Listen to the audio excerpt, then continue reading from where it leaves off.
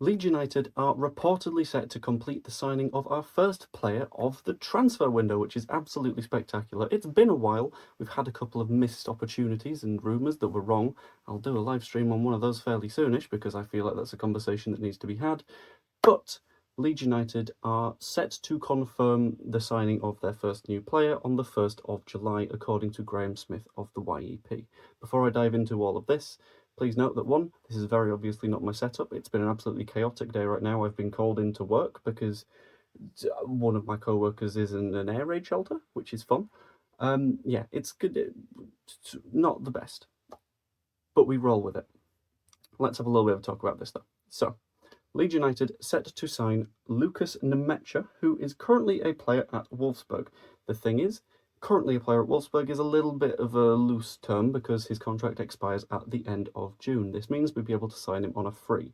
He is an attacker, but he's an attacker that struggled with injury issues as of late. So last season, played a total of 19 matches, 467 minutes, and he scored 3 times, which 3 goals in that few minutes is not too bad. In terms of percentile, he's in the top 15% of non-penalty goals scored. Slightly underperformed his XG, which is not great, but he was in the positions to have those chances. He was in the top 6% of players for shots taken per 90, which are not bad numbers. And then you have a little bit of a look further. Does a bit of defensive work for you as well. So his interceptions, top 8%. Aerials won, top 22%. Not a bad player in the slightest.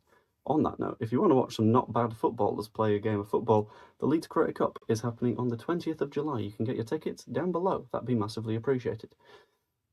A lot of people, when looking at the Nemetra signing, though, will think, okay, we came into this needing a far stronger squad. We needed to do better. We needed to be massively outgrowing what we already had. And some people might see this as a little bit of a step backwards or a step sideways.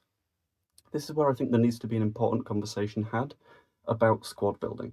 So first up, we need to acknowledge that a player being free and a player being injury prone previously does not necessarily state that they will be bad from this point forwards.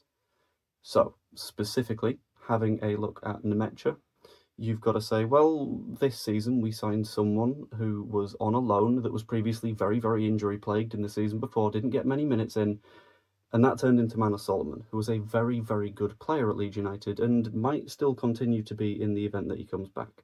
Him coming back is far from guaranteed, let's be completely honest about that. But it'd be very nice if he did. Then you need to consider a little bit of a sort of further basis on this, and that is the fact that you need a full squad. You don't just need a first 11. So looking at our current options up front, you've got Joel Piroux, who is pretty damn good at finishing. His movement and stuff a little bit less good. You've got Patrick Bamford, who is consistently panned for being fairly regularly injured. And then you've got Mateo Joseph, who is clearly at the moment too young, too inexperienced, a little bit too raw to be starting in the Premier League. So looking at that, with the amount of people that want Bamford gone and the amount of people that think Mateo Joseph needs to go out on loan, you're not going to go into a Premier League season with one forward, being Joel Piroux. Never mind that, you're not going to go into a Premier League season with 2 senior forwards, being Piroux and whoever we sign for the first team to take his role. Instead, if you can get Nemetra on a fairly reasonable cost, then that's not a problem for me, because he's not going to be tons. He knows that he needs to continue to rebuild his career, and let's be honest, earlier on in his career, when he was at, I believe, City, maybe, when he was younger, he was a player that you looked at him and you thought, there's a lot of promise in this guy. And the promise doesn't just disappear like this. A player that wasn't incredible can become better. We've seen this before. We've seen this with sort of the Bielsa era players at Leeds United, where everyone was like, oh, you're mid-table championship fodder. And they got significantly better because they were coached in the right direction and they were trusted. And I think that's what we're aiming for with this Nemetra signing. We're aiming to build a squad that isn't just, here's your first 11, it's nice and shiny, and beyond that, you're getting to Pat Bamford in the Premier League, but this time he's 32 years of age. Instead, it's, here's your first 11. By the way, you've got former City wonder kid Nemetra, who scores at a fairly reasonable rate when he's fit behind him. Building out a squad with fairly decent free agents is not a bad way forward, because it means that you've got players on board that are, unlike loanees, dedicated to the club, want to give everything they can, want to continue to build their career, because being given away for free is not going to be a confidence boost for a lot of players. But it gives you sort of the flexibility to use those funds where you really need to use them. So, for example, I wasn't able to talk about this because I was on the walk last week. Jakub Biol is a very, very good defender, and it'd be great to have him on board. Diarra, fantastic midfield player. It'd be brilliant to have him. But if the choice is just a slightly better version of Diarra for another 5 million quid, or Diarra and a Nemetra, that's where the free agency starts to make sense. So in terms of general transfer strategy, I think this is a very, very astute signing. A little bit cheaper than you'd expect it to be, which is fine. He's genuinely, for zero money at all, I'm not going to complain about that. It isn't enough to fit into the squad, and we know that in terms of his ceiling, it's incredibly high. It's just whether or not we can get him to that ceiling. For me, this is a fine enough move. It's not going to be the only forward that we sign, and a lot of people are going to be like, oh, this isn't good enough. He's not going to be starting for us, in my opinion. Instead, he's going to be part of the backbone of the squad that is ideally going to push us towards survival, and we will ultimately see how that one goes.